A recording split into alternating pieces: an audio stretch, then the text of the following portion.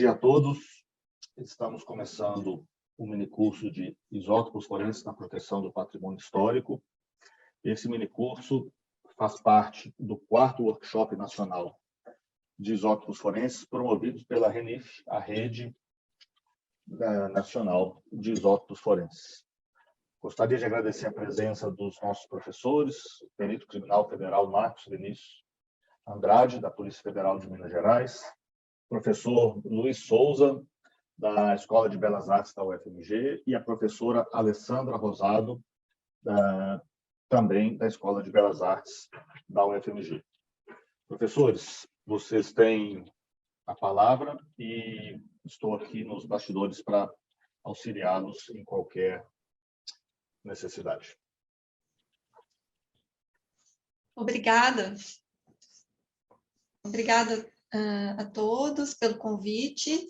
E a palestra hoje, né, o minicurso de hoje, nós vamos tratar dos isótopos, né, forenses na proteção do patrimônio histórico, mas com um viés também na metodologia que é empregada aqui na área de conservação e restauração de bens culturais móveis, especificamente no Laboratório de Ciências da Conservação, na qual nós utilizamos já há um bom tempo a metodologia de estudo integrado para extrair, né, o maior número possível de informações do patrimônio que aqui nós estudamos.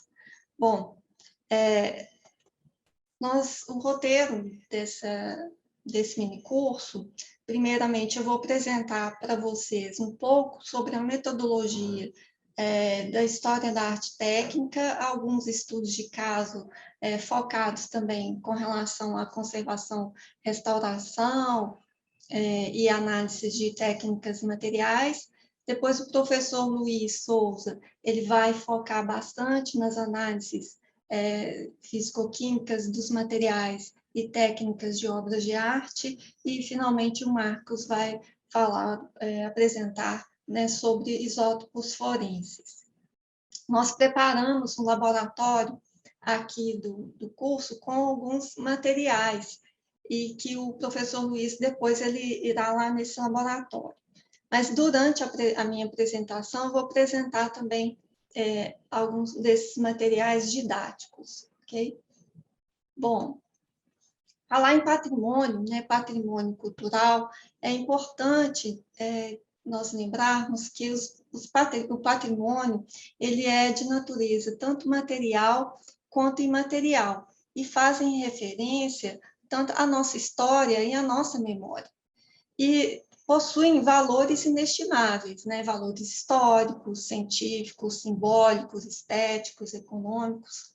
Contudo, apesar de termos já esse reconhecimento desse valor, né, do patrimônio cultural, o crescimento do comércio, do tráfico ilícito de bens culturais e de obras de arte é um fato. E esse crescimento ele é caracterizado, né, por exemplo, pelo roubo de bens de igrejas, de museus, de sítios arqueológicos, paleontológicos, né, e também na produção de documentação e de bens falsos.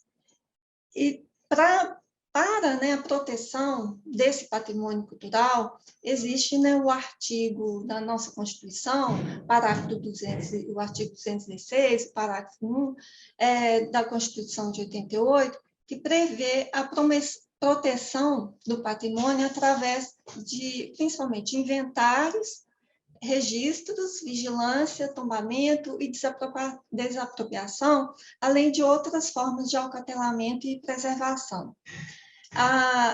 Tanto a Unesco e outras instituições, né, em conjunto, têm desenvolvido ações de prevenção, de apreensão, devolução e repatriação das obras de arte ou bens culturais. É sabido, né, que, com relação ao tráfico ilícito e comércio ilícito de obras, a grande maioria dos bens é constituído por pinturas e esculturas e objetos, né, alguns objetos paleontológicos e arqueológicos. Mas, quando se é realizada essa apreensão, né, ou devolução, depara com um problema que é específico em relação a esse tipo de obras, porque elas podem ser obras autênticas, podem ser obras anônimas, elas podem ter estilos de determinados artistas, e aí pode confundir, né, com a obra, né, não é do artista, mas apresenta um estilo muito parecido e confunde. Uma obra pode ser realizada através de apropriações, releituras, você pode ter cópias, as obras falsas, as obras que podem ser modificadas ao longo do tempo, tanto com relação ao próprio envelhecimento do material, né, a pátina da passagem do tempo, ou de alguma ação humana, ou né, do local onde ela está também pode interferir e modificar, causar uma modificação na obra. Além disso, as obras elas podem apresentar restaurações ao longo do tempo e podem ser, né, em função disso, também adulteradas. E há, infelizmente, até hoje, uma falta do inventário no contexto brasileiro, né, do nosso patrimônio cultural. Numa referência de 2016, salvo engano, foi dito pelo Instituto Patrimônio Histórico Artístico e Cultural que há um inventário de aproximadamente 80 mil obras no Brasil. Mas, entretanto, desse inventário, a grande maioria é de imaginária de igrejas, né, religiosas.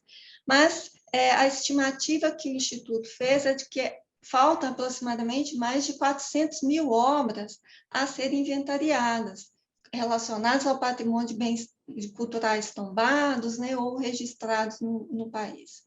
E, além disso, há, com relação às obras de arte brasileiras, a falta também de catálogos raisonnés, que são o registro, né, de toda a produção artística de determinados artistas brasileiros.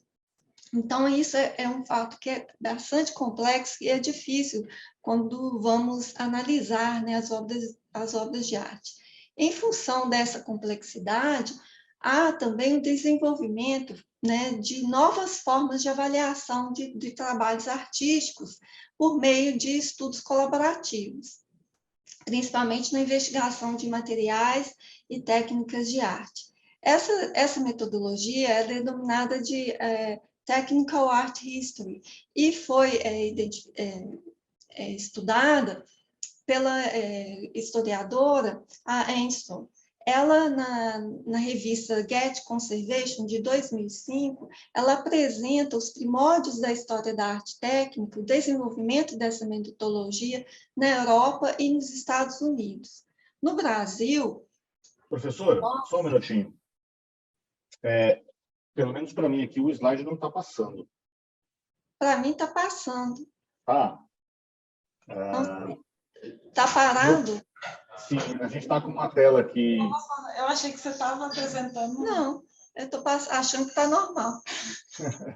Mas fica tranquila que eu tive semana passada uma reunião do Ministério Público, isso num evento. É um lapso da ferramenta aí que é bem comum de acontecer. Tem dois PowerPoint abertos. A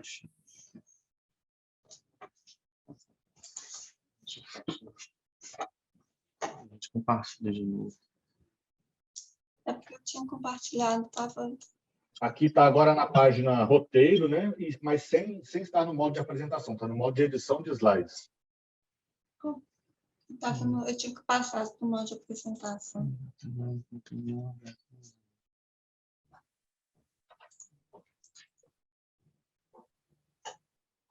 Voltou para a agora eu estou vendo o cursor. Isso. Agora tem que... Agora tem que compartilhar de novo.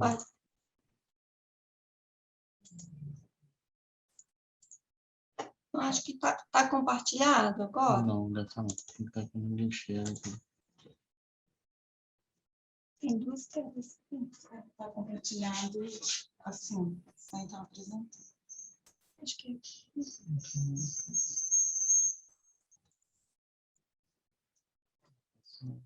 Eu acho, Zezinho, você tem que compartilhar a tela inteira, não é não? não.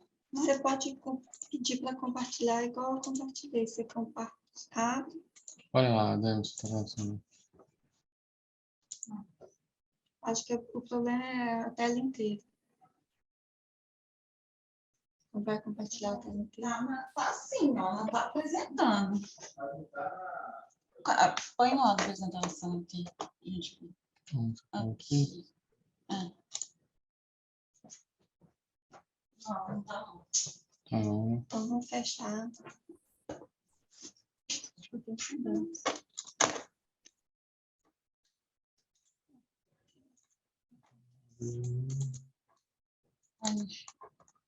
Tem que escrever. Olha, não tá coisando. Só está com duas telas. Não. Eu tinha, Agora foi. coloquei Perfeito. uma Foi. apresentação. É porque tem que ser. Perfeito. Oi. Agora está passando. Eu passando os slides achando que estava tudo certo. Sim. Bom, gente, desculpa que o roteiro que vocês já viram. Eu já comentei para vocês sobre a questão do patrimônio cultural, das ações de prevenção, né, apreensão, e estava falando para vocês da metodologia História da Arte Técnica, mostrando aí, né, a pesquisadora Ainsworth, que ela tem um capítulo na revista Getty Conservation Institute, de 2005, na qual ela fala sobre essa metodologia, né, da história da arte técnica, os primórdios dela desde na Europa, acontecendo na Europa e nos Estados Unidos, que é a aplicação, né, de estudos integrados, interdisciplinares, principalmente no estudo de materiais e técnicas de obras de arte. E aqui no Brasil, nós empregamos essa metodologia da história da arte técnica já desde 2005, logo quando teve essa publicação, e anterior a isso, nós já também desenvolvimos essa metodologia de abordagem integrada, mas sem ter um nome, né, específico. Nós trabalhávamos antes muito com a terminologia da arqueometria, mas nós vimos que essa metodologia História da Arte Técnica, ela é mais indicada, né, para os objetos artísticos, que consta, né, que no estudo integrado das ciências humanas, das ciências naturais e do conservador-restaurador, que vão se debruçar sobre a obra, né, em conjunto, para obter o maior número de informações possíveis daquele objeto. E todo estudo ele tem que ser feito, e só é possível, né, de ser realizado realmente se for interdisciplinar e integrado. Nessa questão do objeto, né, da interpretação do objeto artístico, o historiador ele vai avaliar, né, questões referentes à documentação, pesquisa bibliográfica sobre o artista, né, com relação, por exemplo, ao conteúdo, o contexto, né, histórico-cultural da época em que o artista viveu e produziu determinadas, né, obras, as análises formais, estilísticas, iconográficas. O conservador-restaurador focará principalmente na análise do estado de conservação da obra, análise visual, estudo dos materiais técnicas, analisando, comparando, né, com o estudo de tratados, catálogos de exposição de materiais artísticos e de conservação preventiva, porque é importante saber também essa evolução de como que esses materiais ao longo do tempo, né, tantos materiais empregados pelos artistas quanto os materiais utilizados em procedimentos de intervenções foram, né, desenvolvendo e modificado ao longo do tempo, e o cientista da conservação ele irá realizar as análises físico-químicas da obra, com retirada ou não de amostras, né, que serão análises destrutivas ou não destrutivas. Então, esses pesquisadores, eles irão observar principalmente questões relacionadas à datação, quando e onde a obra foi feita, ou seja, a origem e a procedência da obra, a autenticação da obra, quem fez essa obra, determinação da função do objeto, para que ele foi feito, para quem, o que ele foi e o que ele é na atualidade. Então, vocês podem observar que são questões bastante complexas. Nesse caso, eu vou apresentar aqui alguns estudos de caso referentes a pinturas sobre telo-madeira e esculturas em talha em madeira policromada. Como eu estava falando logo no início, o nosso acervo, o nosso patrimônio cultural, ele é riquíssimo, né? A gente vê produções desde a arqueologia, paleontologia, até se a gente pensar, né, na contemporaneidade e na linha de obras de arte, né, obras de arte modernas e contemporâneas. No caso das obras e bens, né, é importante, quando nós vamos avaliar, que seja observado estado de conservação das obras, porque esse estado de conservação ele vai influenciar também no resultado das análises que serão realizadas, tanto físico-químicas, quanto também nas análises realizadas por historiadores ou outro profissional das ciências humanas. E a outra questão é que os bens culturais brasileiros, pensando nos bens que estão em museus, em igrejas, né, eles sempre passaram por ciclos de restaurações e de re-restaurações. Isso vem desde que, dos primórdios, a gente encontra em recibos de igrejas do século XVIII, falando que pagou-se a um dourador para redourar tal parte do retábulo. Então, essa questão de manutenção do bem, ela já é antiga. Século XIX, por exemplo, com a Escola Nacional de Belas Artes, implantada no Rio de Janeiro, nós temos referência dos artistas, na formação dos artistas, eles tinham também eles tinham o dever também de realizar intervenções em obras, para restaurar essas obras. Então, lá no Museu de História Natural, Nacional de Belas Artes, tem listas de materiais que os artistas compravam que eram empregados nessas restaurações. Aqui, como exemplo, eu tenho a Igreja dos Reis Magos, lá do município da Serra, no Espírito Santo. É uma igreja, né, que é do século XVI, XVII. É um bem tombado. Ele foi tombado, um dos primeiros bens a serem tombados, né, ele foi tombado em 1943. E logo depois do seu tombamento, ele já, em 45, ele já sofreu a ação de intervenção de um dos primeiros restauradores aqui no Brasil, que é o Edson Mota.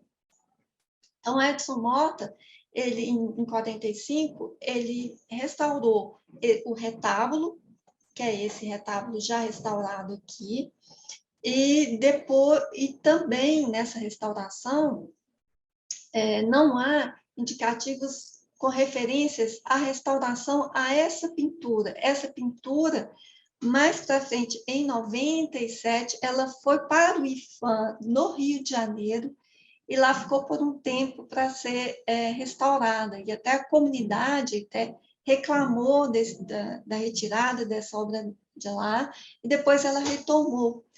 Essa pintura é uma pintura que ela é atribuída ao jesuíta Belchior. É considerada uma das primeiras pinturas a óleo sobre madeira no Brasil.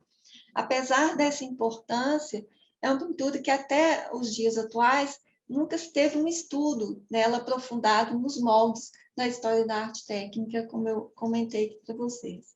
Mas é interessante falar sobre esse caso, principalmente com relação a questões de restaurações recorrentes, porque quando foi feita a restauração desse retábulo, vocês podem ver nessa fotografia aqui, preto e branco, é o retábulo antes da restauração do Edson Mota.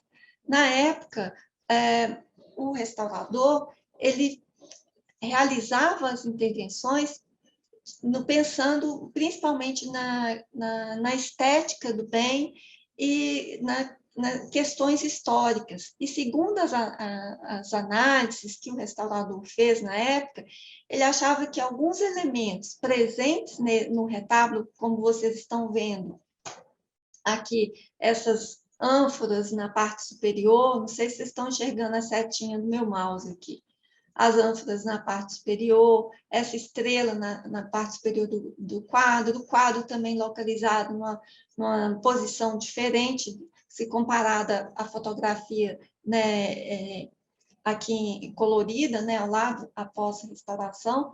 E esses nichos aqui, o nicho do meio simplesmente desaparece, essa bancada também desaparece.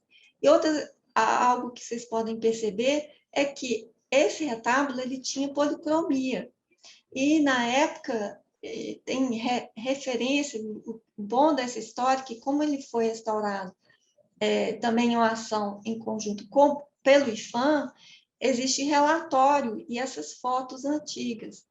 E no relatório, o restaurador falando que havia policromia, mas havia também uma repintura e que ele achou por bem de removê-las, mas também tinha uma ação ele pintou totalmente de branco. Posteriormente, não há registro sobre isso, essa pintura de branco que o Edson Mota fez na época, ela foi removida, como vocês podem ver aqui, o retábulo está sem nenhuma pintura. Há alguns resquícios com relação a essa policromia, mas, infelizmente, também nenhum estudo sobre tipologia, né, desses resquícios de policromia. E a outra questão é que, quando ele fez a restauração, ele acrescentou também, fez entalhes para acrescentar no retábulo, para ficarem mais condizentes com relação à estética, né, a qual ele se apoiou para trabalhar. Então, aqui, a fotografia, né, dos entalhes feitos para o retábulo na restauração de 1945. São critérios que, na atualidade, não são adotados dessa forma mais, né? Mas, na época, era algo que se fazia, era comum. Remover pinturas também, deixar o retábulo na madeira, também era algo que era possível de ser feito, infelizmente. Mas, ao longo do tempo, esses critérios foram mudando. Então, aqui é uma fotografia de época também, de 45, do retábulo antes, e depois da restauração, vocês podem ver a grande modificação que ele sofreu. E hoje, né, nós temos em março de 2022 a notícia de que a Igreja dos Reis Magos da Serra passará pelo quarto restauro. Na verdade, a gente sabe que, além desse quarto restauro, existiram outras intervenções na igreja. E aí ela terá agora as salas com ar-condicionado. A gente não sabe qual o impacto real que isso terá com relação a esse acervo que ali está. Bom, voltando aqui à questão do patrimônio, né, das esculturas em madeiras e talhas em madeiras, eu vou falar um pouquinho aqui sobre técnicas e materiais. As esculturas, principalmente as esculturas do barroco, rococó brasileiro, são esculturas em madeira, principalmente usando a madeira, o cedro como talho. Essas esculturas, elas podem ser feitas em talha inteira ou um bloco único, como vocês estão vendo aí, essa escultura inicial feita pelo Expedito, que é um escultor lá de Porto Firme, escultor mineiro. Ele presenteou para nós esse início dessa escultura, como eu estou aqui segurando, como vocês podem ver, é uma madeira, é o início da feitura de uma escultura que a gente chama uma escultura que seria feita num bloco único de madeira. Ele entalhando ela lá no banco de carpinteiro e mostrando para a gente como que é o processo criativo dele, né? Início, ele escavando a área da cabeça, das mãos e dos pés aqui. E nos presenteou esse início, né, de escultura como material didático, que dá para vocês perceberem bem com relação a isso. Então, as esculturas, elas podem ser feitas em talha inteira, em bloco único, elas podem receber policromia ou não. No caso de uma escultura, ela pode também ser, né, feitas, elas podem ser articuladas ou imagens de vestir. No caso dessa imagem de São Jorge, é uma imagem de escultura feita com mais de um bloco de madeira. Ela é uma imagem que é articulada, como vocês podem ver na fotografia aí, é uma imagem processional para ser colocada em cima de um cavalo, para sair em procissões. E ela é pertencente ao acervo do Museu da Inconfidência. Essa foto aqui, ao lado, é uma foto que eu tenho da escultura com a capa, né? Por isso que chama também imagem de vestir, porque coloca um adereço, uma capa em tecido, e ela foi montada com essa capa original na exposição do Brasil 500 anos, que ocorreu em São Paulo. Mas só um fato curioso dessa escultura é que ela, em uma procissão, né, no século XVIII, ocorreu um acidente que essa lança a escultura foi projetada para frente, a lança caiu e acabou matando uma pessoa. E aí a escultura foi julgada, condenada e ficou presa por um tempo. Isso tem registros históricos sobre isso. Bom, isso é verdade, né? Em relação à questão da técnica, como eu disse, ela é uma escultura que não é um bloco único, e é uma escultura grande, e na parte de trás da escultura, vocês podem ver que ela é escavada. Muitas esculturas são escavadas na parte de trás, principalmente também para diminuir o peso, e também em função de minimizar as deformações que podem ocorrer na madeira em função da troca dela de umidade com o ambiente. Então, essa escultura também é escavada na parte de trás, não é aquela questão de escavar a escultura para colocar algum ouro ou esconder algum material, né, para outras intenções. Mas, lógico que com o passar do tempo, é possível que tenha usado para outros fins. Essa escultura ela apresenta talhas, e essas talhas são douradas, e tem um douramento, que é um douramento que é realizado muito clássico aqui, que é o douramento à base de água. Esse douramento ele tem uma técnica específica, que primeiro você tem, né, aqui é uma estatigrafia do douramento. Primeiro você tem a encolagem, depois é aplicado base de preparação, que é o gesso grosso, o gesso fino. Esse gesso grosso, o gesso fino é o carbonato de cálcio ou sulfato de cálcio. Depois vem a camada de bolo, pode vir a camada de bolo mais amarelada, sobreposta por uma camada mais avermelhada. Esse bolo é uma argila, que é a cor dele é o óxido de ferro, né? Depois, sobre esse bolo é aplicada a folha de ouro. Essa folha de ouro ela é manuseada no coxim, e para colar essa folha de ouro sobre o bolo, simplesmente umedece a área e aplica a folha de ouro. Porque o Luiz vai falar um pouco mais sobre as propriedades desses materiais, ok? É uma escultura também que ela tem ódio de vidro. No barroco, as esculturas do barroco, a presença do ódio de vidro é muito importante, porque faz referência também à expressão da escultura, e são esculturas devocionais, o olhar ele é muito importante. Então, nessa escultura, assim como em outras, há a presença desses olhos de vidro. E os olhos de vidro, eles podem ser de várias naturezas, podem ver esse, como vocês estão vendo aqui, ocos, como esse aqui, oco com pedúnculo. Essa haste é um pedúnculo que a gente fala. Ele pode ser um olho de vidro maciço, mas maciço. Ele pode ser com formato de calota, para vocês verem aqui, olhinho de vidro em calota.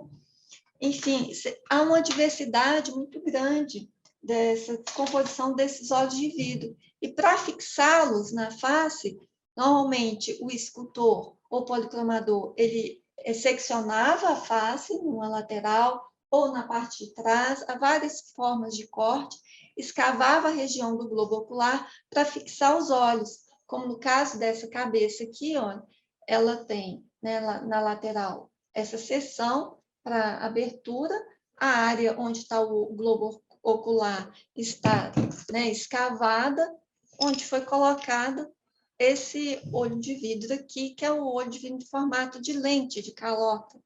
Ele era fixado na parte de trás por trapos com cera de abelha, posicionava o olhar na direção e fixava novamente, ou por pinos ou cravos, por exemplo.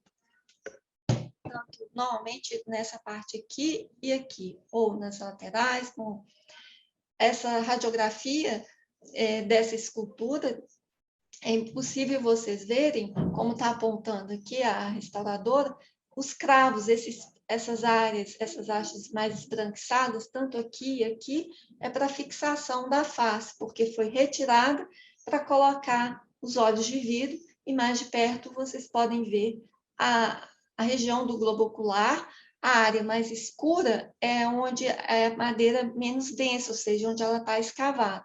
E aqui dá para ver claramente o posicionamento dos olhos de vidro, que é o olho de vidro, né, com um pedúnculo, né, aqui, e esse olho de vidro também é oco. Bom, com relação ainda a técnicas materiais, é interessante falar um pouco também sobre o projeto de arte concreta no Brasil, que foi financiado pela Getty Foundation. E esse projeto ele foi importantíssimo porque, de maneira inédita, nós estudamos profundamente as obras dos artistas concretistas brasileiros, não só do Brasil, mas também da Argentina, da Venezuela.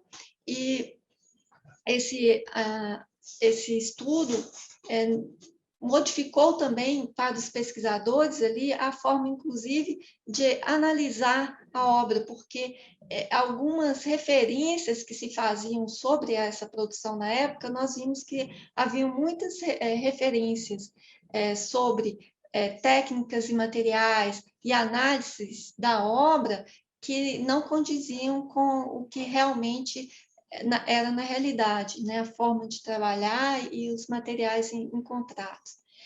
E nesse período, são obras da década de 50, 60, houve aqui no Brasil, por esses artistas, né, por a questão também do desenvolvimento industrial da época, né, do contexto, a utilização de tintas que não eram tintas artísticas, eram tintas empregadas, né, na construção, principalmente na construção civil e na indústria automobilísticas. Então, são tintas acrílicas, as tintas vinílicas, as nitrílicas e as alquídicas, que os artistas concretistas eles passaram a empregar em suas obras, utilizando também, para delimitar áreas da obra, de cores, por exemplo, a fita durex e fita crepe, que também eram materiais que já estavam, né, ali sendo introduzidos bastante, né, pela indústria brasileira no nosso mercado. E nós fomos pesquisando, né, as revistas, jornais de época, buscando essas informações e de como que esses materiais estavam aqui no Brasil e a forma e a disponibilidade deles para esses artistas. Além disso, com relação aos suportes, porque você tem, né, as pinturas, normalmente vocês estão acostumados muito com a pintura sobre tela, que é uma pintura que é um tecido, né, pintado num tecido, estirada sobre um chassi. E os concretistas, eles usavam também essas telas, né, clássicas, mas eles começaram a usar a produção de painéis de madeira que estavam disponíveis no Brasil e que já vinham também importados de fora, como o compensado, a chapa de fibra dura. Você tem 2 fábricas no Brasil, de 54, a Eucatex e depois a Duratex, o aglomerado, né, que é a pasta de madeira, e a placa, o MDF, que é a placa de média densidade. Mas os nossos artistas desse período da década de 50, 60, eles usavam principalmente ali a chapa de fibra dura, o compensado e o aglomerado. Bom, como ferramentas, eles usavam muitas ferramentas também que eram empregadas em design gráfico, como o tira-linhas, que é essa haste aqui com essa ponta, né? Os pincéis também eram empregados, como a questão clássica, mas réguas, compassos, todos esses materiais também que eram empregados em design, também nas pinturas como ferramenta, né, para a composição das obras deles. No nosso trabalho, que foi importantíssimo e também como referência, foi relacionada a entrevistas que nós tivemos com artistas contemporâneos do período. Aqui uma entrevista com a Maria Helena Andrés, ainda, né, uma artista mineira, que também participou do movimento concretista e neoconcretista, e passando fontes importantíssimas para a gente de como se trabalhava, onde que comprava os materiais. Uma entrevista com o Décio Noviello, que usou muita tinta automobilística, perguntando para ele como que ele fazia as aplicações das camadas, a preparação do suporte. Infelizmente, ele faleceu em 2019. O trabalho sempre era um trabalho que nesse período, a gente tinha que deslocar até o acervo, porque nós trabalhamos com acervos da Pinacoteca do Estado de São Paulo, do MAC, e um acervo do Museu de Arte da Pampulha, um acervo da coleção Tuiuiu. Então, aqui só para vocês terem uma ideia, né, do nosso conjunto aqui de pesquisadores que deslocavam tanto com pessoas e equipamentos, né, para os trabalhos de análise in situ das obras. Uma obra interessante aqui, como eu falei sobre o uso de tiras, de fitas, né, crepe de durex, essa obra do Ivan Serpa, que é uma obra de 1953, do Ilu, é uma pintura alquítica sobre compensado, como vocês veem aqui no verso da obra, e nós podemos retirar essa moldura na lateral, que é bem fininha, e ao retirar essa moldura, nós vemos aqui o resquício da fita crepe, que é onde fazer a limitação para ter essa linha bem certinha, né, desses desenhos do limite entre uma cor e outra. Então, essa presença desse resquício aqui de fita confirmou para a gente, sim, além de outras características do filme pictórico, da utilização desse tipo de material para a composição das obras. Outra questão importantíssima nesse estudo das artes, dos trabalhos concretistas, foi também que nós podemos desenhar também as tipologias de deterioração presentes nessas obras, tanto em função dos materiais empregados, né, pelos artistas, as propriedades desses materiais, e referência também aos ambientes aos quais eles estão expostos. A radiografia da obra, onde é uma obra que também já passou por intervenção, e aqui a gente pode ver a forma da montagem da obra, áreas em que teve ataque de cupins, áreas de junção, porque foi o compensado, né, ele foi utilizado um compensado, 2 placas de compensado unidas, e, enfim, esse trabalho ele tem todo um material que está aqui de referência no Laboratório de Ciência da Conservação, e está sendo estudado, e é importante para pesquisas, novas pesquisas também que poderão ser realizadas. Com relação a obras falsas, e já para o final também aqui da apresentação, é interessante esse caso de uma obra que é um falso Matisse. É uma obra sob tela, assinada, e faz parte aqui da coleção do Secor de obras didáticas.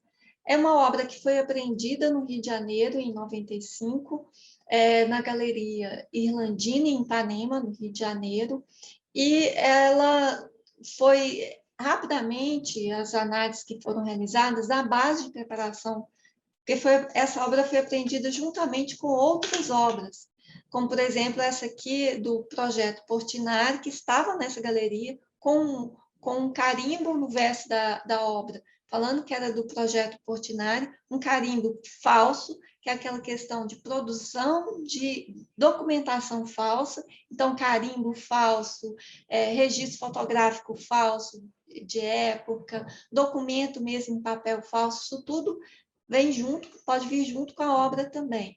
Quer dizer, usando um suporte mais antigo, que vocês podem ver pelas manchas aqui na parte de trás da obra.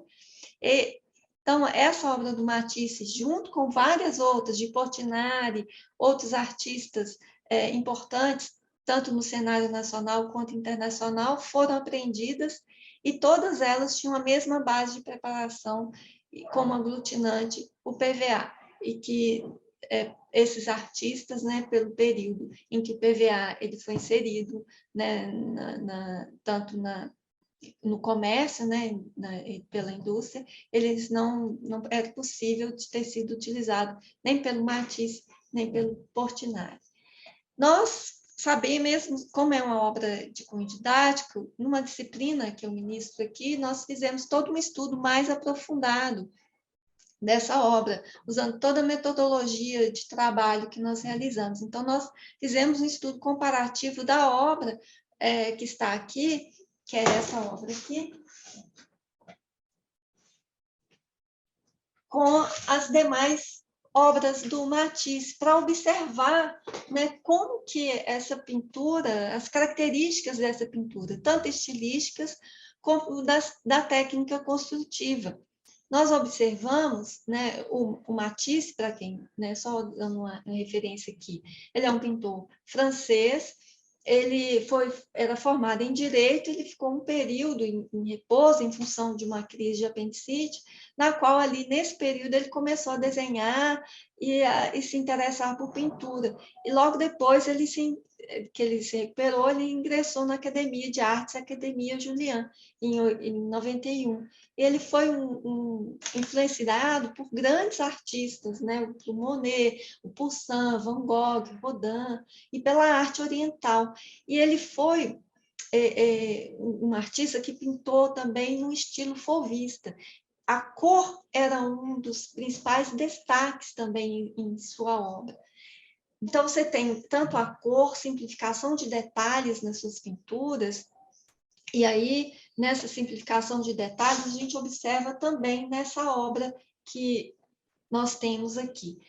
Fomos pesquisando também vários retratos dos artistas, observando a cor, a tinta diluída, escorrimentos, como ele fazia o desenho das mãos, né, o formato dos olhos, do nariz, da boca, a gola, a composição do violão, tudo nós buscamos referências nas obras do artista.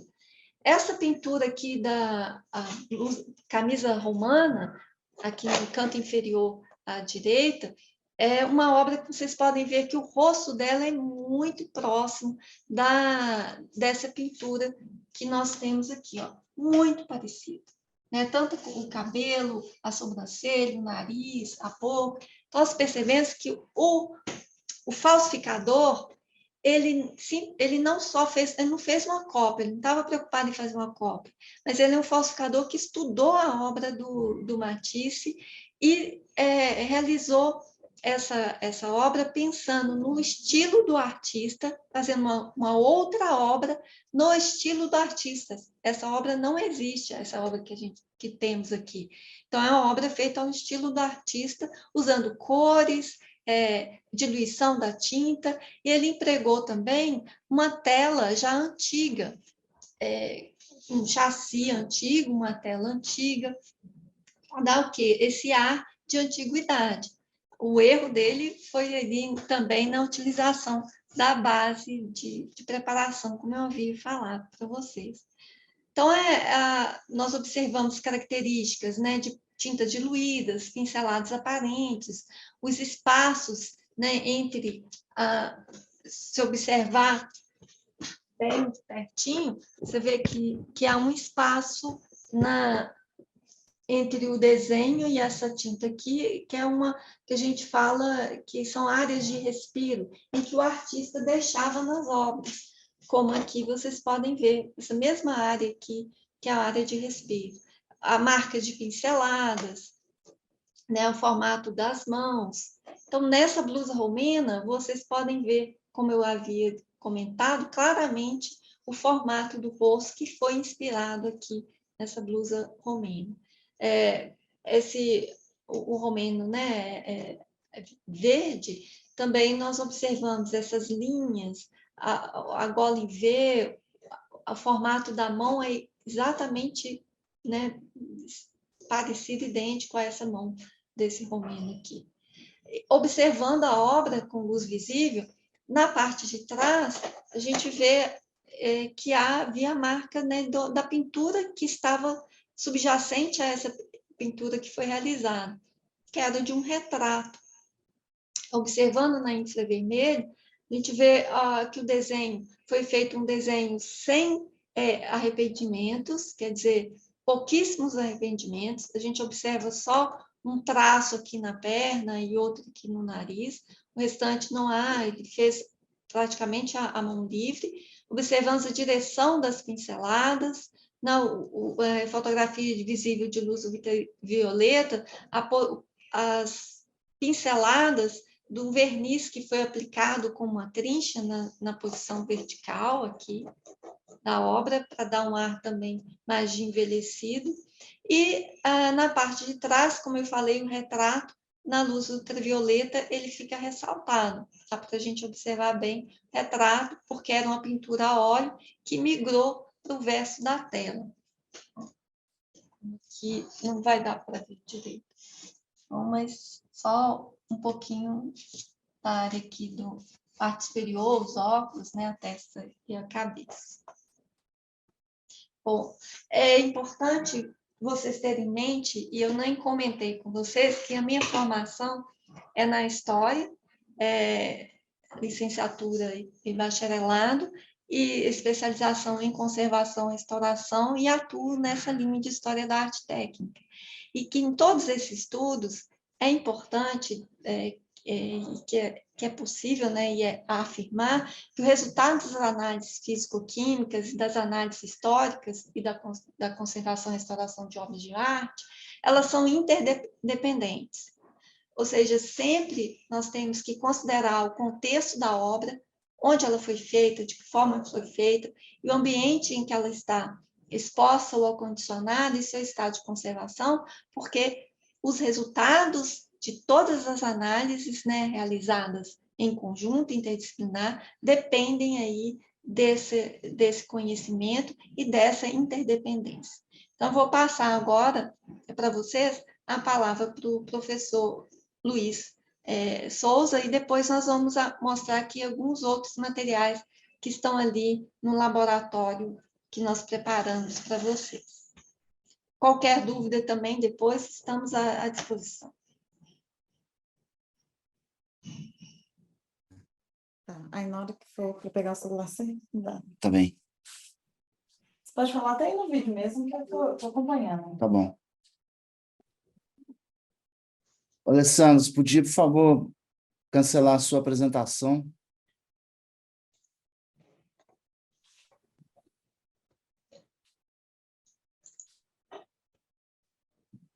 Estou cancelando. Não sei se cancelou. Cancelou? Não. Ué.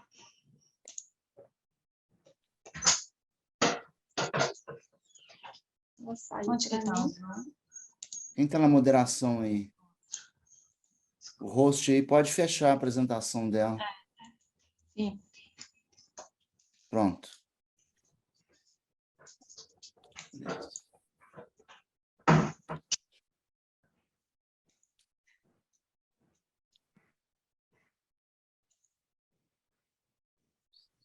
Já estamos vendo sua tela, professor.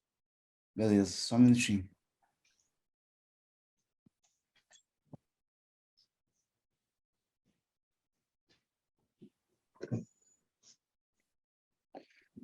Bom, antes de mais nada, eu queria agradecer. Deixa eu só fechar a porta aqui, que nós estamos todo mundo no mesmo laboratório, então o ambiente. Eu estou escutando Achei que o senhor estava em Ouro minha Preto. voz aqui. Bom. Achei que o senhor estava em Ouro Preto. Pois é. O fundo aí. A gente só está vendo ainda, professor. Ela está no modo de múltiplos slides. Ainda não projetou o slide de título, não. Sim. Beleza. Não, eu vou usar o slide que a Alessandra fez como título e vou começar passando muito rapidamente sobre a questão do patrimônio material, patrimônio cultural, mostrar algumas conclusões, alguns estudos de caso e apresentar conclusões. Mas antes de passar para frente, eu queria agradecer, né, aos colegas da RENIF pelo convite para a nossa participação, saudar o Marink, né, em nome de todos os membros da APCF, e parabenizar tanto a APCF quanto os contatos que a Polícia Federal tem feito nessa área, para a gente, em conjunto, trabalhar com o combate ao tráfico ilícito de bens culturais, trabalhar com o combate à lavagem de dinheiro e também na promoção do patrimônio cultural brasileiro. É muito importante essa ação.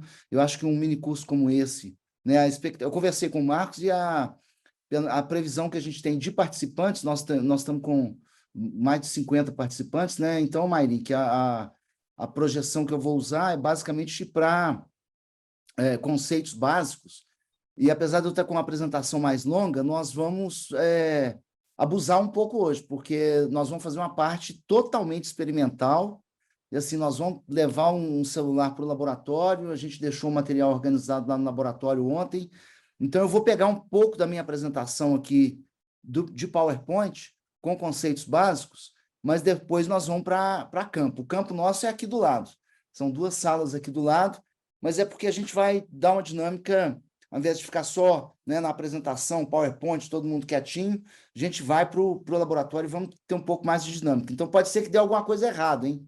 Mas a boa intenção aqui é muito válida.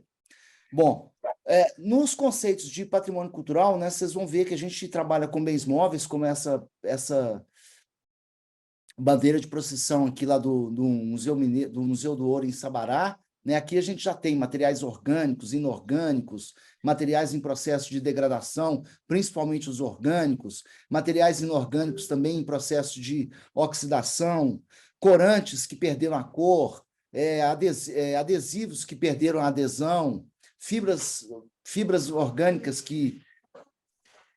Não? Ah, meu Deus. Só estava esperando o senhor... Poxa uma pausa na fala aí, professor. A gente está vendo aquele modo onde todos os slides aparecem pequenos. Tá bem. Falta apertar ali embaixo Peraí, deixa eu te ajudar aqui, vamos lá. O screen, puxa isso. Aí, eu acho que você pode compartilhar tudo. Enquanto isso, professor, só para te atualizar, são 80 participantes exatamente nesse momento, e sobre a questão da aula prática, a gente só tem a agradecer a iniciativa aí. Eu sei que não é fácil sair do lugar comum, né, do comodismo de uma apresentação tradicional, e ressaltar para o nosso público que, certamente, sem nenhuma sombra de dúvida, um minicurso como esse, tanto na qualidade das informações, quanto nessa abordagem prática, é algo de primeira linha no cenário mundial aí de ciência forense na obras de arte. Nós estamos agora, nós vamos tentar, né, com essa primeira experiência, eu estou, inclusive, adquirindo alguns equipamentos aqui, os próprios alunos da graduação, a gente tem feito alguns experimentos no microscópio, usando microscópio USB, filmando diretamente no microscópio estereoscópico. Então, acho que em breve a gente já vai ter um conjunto de materiais didáticos que vão poder ser muito utilizados à distância, já assim, aproximando bem quem estiver participando da realidade direta mesmo. Então, para nós é uma ótima oportunidade. Vamos lá, eu estou com vários slides aqui, e depois nós ainda temos o Prático e o Marcos, então eu vou para frente aqui. Então, na questão do patrimônio cultural, né, nós vamos ver a natureza material dos bens culturais, vou apresentar alguns estudos de caso e conclusões. Nós já vimos, então, aqui, ó, é uma bandeira de procissão lá do Museu do Ouro de Sabará, então a gente está vendo aí materiais orgânicos, inorgânicos, fios metálicos, fibras celulósicas, orgânicas, corantes, restos de corantes, como aqui, por exemplo, né, aqui tinha um corante vermelho que já desapareceu, aqui toda a imagem do Santo Antônio também já desapareceu, a do Menino Jesus também. Então, assim, além da gente conhecer os conceitos de bens culturais, né, como bens móveis, bens integrados, patrimônio imóvel, a gente tem também que conhecer os materiais que compõem os bens culturais e, além disso, como que esses materiais são empregados, o que vai caracterizar, então, a técnica construtiva do bem que a gente vai estar trabalhando com ele, seja ele arte rupestre ou arte, pegando até a arte contemporânea. Então, a gente tem que saber conceitos, história da arte, materiais, técnicas construtivas, tudo isso aí junto, né, para poder explorarmos aí a questão do nosso foco hoje, que é o possível uso de isótopos forenses para determinados tipos de análise. Então, o que eu vou dar é muito uma visão em termos de materiais, composição, alguns tipos de análise que a gente usa aqui, mas também já dá alguns direcionamentos para possíveis utilizações no âmbito dos isótopos forenses, e aí o Marcos vem e fecha a apresentação com alguns estudos de caso, obviamente da literatura, né? Em breve a gente espera que a gente já tenha resultados aqui da nossa própria experiência com o trabalho do doutoramento dele, mas nessa primeira abordagem ainda é bem baseado em exemplos da literatura. Aqui a gente tem um outro tipo de bens móveis, nós temos aqui no Secor, a gente tem vários documentos em papel, esses aqui são do século XVIII, e mais uma vez eu tenho, toda vez que você vê um bem cultural, né, você tem que pensar no suporte. Qual que é o suporte dele? Né? A Alessandra já mostrou, é madeira, nesse caso aqui é papel. Que tipo de papel? É o papel de trapo que foi feito até no meados do século XVIII, então é papel com fibra mais longa, com maior resistência a intemperismo, mas mesmo assim eu ainda tenho cores aqui, ó, que vão migrar de um lado para o outro, cores que vão provocar hidrólise da celulose, hidrólise bastante acentuada da celulose, como no caso aqui de pigmentos de cobre, porque eu já fiz as análises nesse papel. Vou encontrar evidências, inclusive, de calcinação mesmo, né? É um fogo lento. Tem um vídeo antigo aqui ainda da época da década de 80, onde essa manifestação aqui de escurecimento da tinta ferrogárica é chamado de fogo lento, porque é efetivamente uma queima, né? Além disso, a gente tem também sítios e monumentos, né, como aqui uma foto do interior de uma das nossas cavernas aqui em Minas Gerais, aqui na Gruta de Maquiné, onde tem também muito patrimônio cultural, patrimônio pré-histórico, arqueológico e paleontológico. E em termos de sítios e monumentos, aqui a Igrejinha da Pampulha, onde a gente tem também vários trabalhos com defesas de dissertações, estudos de materiais, ajudamos os órgãos de patrimônio em processo de limpeza. E aqui uma foto só, né? Mas não é suficiente para mostrar a riqueza que a gente tem do nosso patrimônio pré-histórico em termos de pinturas rupestres, não somente aqui em Minas Gerais, na região de Lagoa Santa, mas também no norte de Minas, no Vale do Peruaçu e em outros estados da federação também. Tá? Bom, o cientista da conservação, que é o que a gente faz aqui, né? A gente trabalha com ciência da conservação no âmbito mais amplo do que a gente chama de ciência do patrimônio, né? A gente trabalha, então, com o quê? O que o cientista da conservação faz em termos principais? Nós trabalhamos com auxílio ao restaurador, identificação da técnica do artista, solução de problemas, auxílio ao historiador, né? Porque os historiadores também têm questões para nós, auxílio ao arquiteto, ao engenheiro, aos diversos profissionais que vão, de alguma forma, abordar a obra de arte para o seu estudo. E a gente estuda o comportamento dos materiais artísticos, porque, além de sabermos composição, forma de construção, a gente tem que também conhecer os processos de envelhecimento. Ou seja, é um campo muito amplo para quem está aí no âmbito das ciências exatas, principalmente vinculados à química e também com algumas questões que vão ser importantes no âmbito da biologia, né, das ciências biológicas, da geologia, das engenharias e de ciência dos materiais em geral. Muito bem, a gente trabalha, a demanda de análise que a gente tem é para o mercado de arte, do ponto de vista de falsificações, defraudações, disputas judiciais sobre a autenticidade. Estou com um caso muito interessante agora, mas que eu não vou ter tempo para falar, e também ajudando o Ministério Público, IEFA, IFAM, e agora com essa grande colaboração que a gente tem, né, e eu não deixo de falar novamente com a Polícia Federal, que é efetivamente uma porta muito boa para a colaboração com a RENIF e com outros grupos de outras universidades, como, por exemplo, também a Universidade Federal do Paraná, que a gente está trabalhando nesse sentido. E aí eu ressalto, então, o papel da Universidade Federal do Paraná e da UNB, né, como instituições de ponta nessa área. Para nós é uma satisfação esse tipo de trabalho. Muito bem, o cientista da conservação, a gente trabalha com estudo, investigação, monitoramento do patrimônio cultural e do ambiente, né? Muito importante citar a questão do meio ambiente aqui. Definimos, desenvolvemos e avaliamos conceitos de conservação, materiais, medidas, métodos e técnicas, e também desenvolvimento de protocolos e sugestões de procedimento, diagnósticos antes, durante e após intervenções, condução de pesquisas sobre causas e mecanismos de deterioração e interpretação de resultados científicos, comunicação dos princípios científicos e, finalmente, cooperação com outras disciplinas, que é o que a gente está fazendo aqui, né, em primeira mão.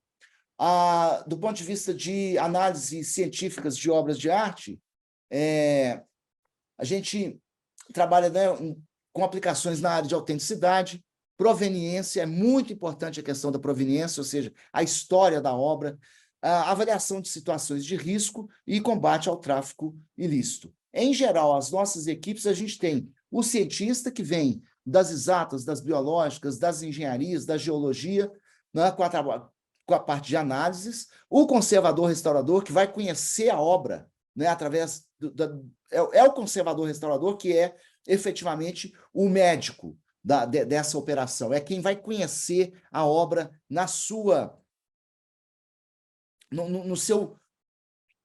totalidade, vamos dizer assim, né, envolvendo tanto questões da história, da conservação, de técnicas, de materiais. Então, o nosso trabalho ele tem sempre que mirar quem vai receber o nosso conhecimento gerado, né? E o conservador-restaurador é um importantíssimo nessa equipe. O historiador da arte, que parte para as análises estilístico-formais, e hoje em dia tem ainda o campo da história da arte técnica, eu vou falar muito rapidamente sobre isso, e também, em determinados casos, a gente tem auxílios específicos, no caso da perícia grafodocumentoscópica para questões de assinatura, principalmente.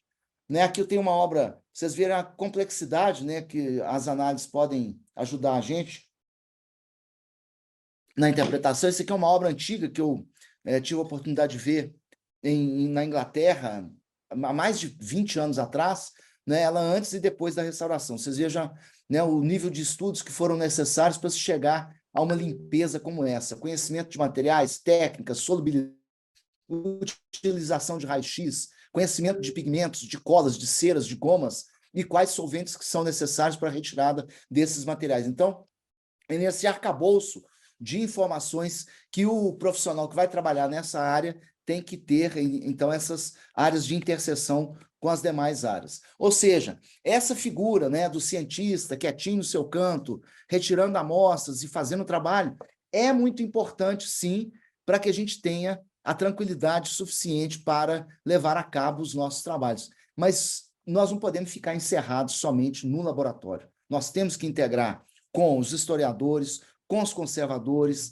com os arquitetos, com os arqueólogos e com os diversos profissionais que estão, então, interessados nesse tipo de análise, nesses resultados que a gente pode gerar. Vou passar direto aqui para a metodologia. Né? No laboratório, a gente trabalha muito com retirada de amostras, mas que são microamostras. Eu vou ter a oportunidade daqui a pouco. as ferramentas que a gente usa, né? A gente trabalha no microscópio estereoscópico e todos os fragmentos, eu estava dando aula prática ontem para os alunos aqui da graduação, dizendo para eles que estavam treinando a retirar amostras de obra de arte. Nesse caso, foi colocado basicamente o seguinte: nada é desprezado. Todos os fragmentos que são retirados, seja um pó, seja um pequeno fragmento, eles são recolhidos, guardados em tubo Eppendorf e depois são, né, guardados como reserva para serem documentados no microscópio estereoscópico. A gente faz documentação da frente, do verso, para fazer corte estratigráfico, para fazer seções transversais e para fazer alguns outros tipos de análise, todas ao nível de análises microquímicas ou utilizando de equipamentos mais avançados, né? E hoje também existe uma tendência grande para análises não invasivas, nas quais não é necessário a retirada de amostras, mas eu queria chamar a atenção de todos que estão aqui nos assistindo para a questão de que não se deixem enganar com a questão, com essa eventual facilidade de análises não invasivas. Em determinados casos, como no caso, por exemplo, da análise de materiais orgânicos, a cromatografia, por exemplo, com exceção de algumas técnicas muito avançadas, ela ainda exige a retirada de amostras, mas as amostras são muito pequenas e, obviamente, sendo feita a retirada por um profissional bem treinado, isso aí não vai gerar nenhum dano, nenhum problema estético ou visual para a obra.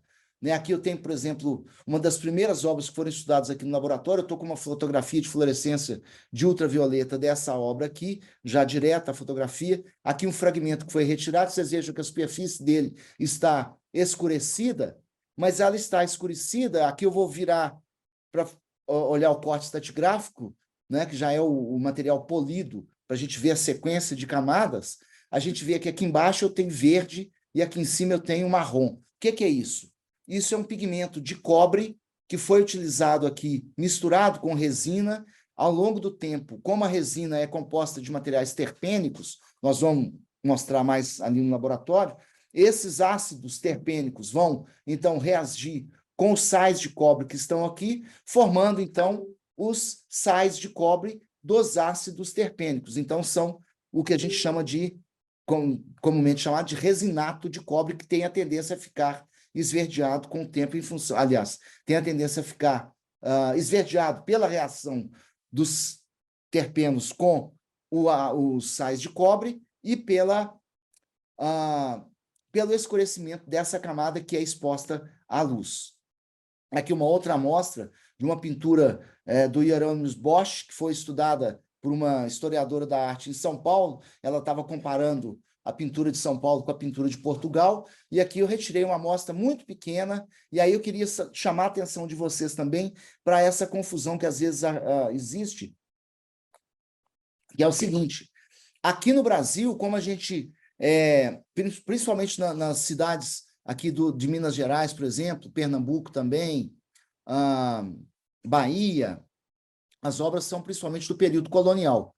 E quando os artistas iam utilizar aqui materiais, eles geralmente usavam materiais importados. Então, por exemplo, no caso do azul, aqui a gente está vendo aqui que o azul está todo dividido em grãos, né? Grãos grandes, grãos pequenos. Isso aqui é azurita, é um mineral moído. Se, por outro lado, tivesse sido o azul verde terra, que já é o pigmento sintético, é a azurita sintética, esses grãos aqui, eles não estariam com essa distribuição, seriam todos grãos com uma granulometria mais homogênea e uniforme, demonstrando que é um material sintético. Isso a gente encontra muito nas igrejas, nos forros de igreja, em esculturas, não a azurita, mas o azul verde terra. E aqui, se eu fizer um infravermelho, por exemplo, desse azul, eu poderia eventualmente dizer que tem azurita na minha obra, mas se eu não fizer o corte estratigráfico ou a dispersão, eu não teria condições de chegar a essa conclusão, se é azurita sintética ou se é a azurita mineral moído. E aqui um grãozinho totalmente separado do que a gente chama aqui de dispersão, onde eu estou vendo esses materiais por luz transmitida. Tem um caso muito interessante que aconteceu, que foi a porta de entrada nossa nessa área de análise e contribuição a processo de autenticação, que é essa pintura aqui que foi atribuída a Portinari, né, que foi encontrada no Rio de Janeiro. Ela tinha um carimbo no verso, e esse carimbo está lá escrito Projeto Portinari, mas uma pessoa que trabalhava, que na verdade criou o Projeto Portinari, passou em frente a essa galeria no Rio de Janeiro e viu esse carimbo, aí viu, o Projeto Portinari nunca teve um carimbo como esse. E aí foi a ponta, então, do iceberg para a gente, então, trabalharmos, eu e o colega professor Edson Mota, professor João Cura, que é professor aqui também da escola agora, na época era estudante de iniciação científica, nós trabalhamos juntos nesse caso, e pudemos, então, reproduzir todas as tintas brancas que foram usadas como base de preparação dessas obras, todas as obras estavam no caixa forte do Banerj, no Rio de Janeiro, na época, tinha 148 obras. E nós ficamos doidos naquela época. Como é que nós vamos fazer análise de estudo, dando aula, fazendo pesquisa, o trabalho no Rio de Janeiro?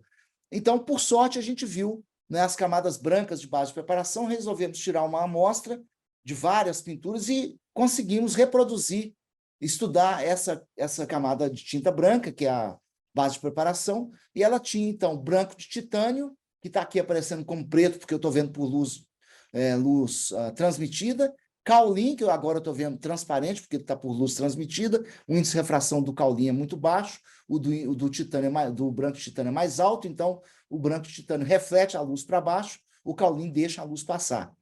E, usando do infravermelho, nós chegamos à conclusão de que essa base de preparação branca era PVA, né, tinta branca, tipo cascorês, mais dióxido de titânio, mais carbonato de cálcio, mais caolin. Só que os artistas, né, tinha Miró, Gomide, Matisse, Jolensky, Boccioni. Boccioni, por exemplo, morreu em 1902.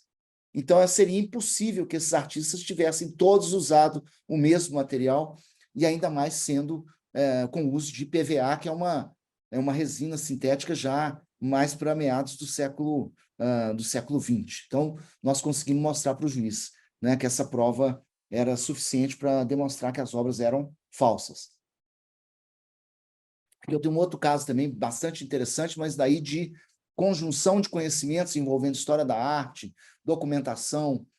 Gostaria de lembrar aqui a importância dos inventários, né? Todos os museus, galerias, bibliotecas, igrejas, arquivos têm que ter o seu inventário, porque quando sumiu alguma coisa, até na casa da gente, né? Se você tem seguro, é bom você fazer um inventário das coisas que você tem na sua casa, porque se sumir, se for roubado, você vai ter que mostrar esse inventário para receber o seguro. Nesse caso aqui, né, essa Nossa Senhora das Mercês tinha sido roubada e foi recuperada, mas a gente tinha que provar que ela era aquela que havia sumido, mas ela tinha aqui essas mechas de cabelo que não eram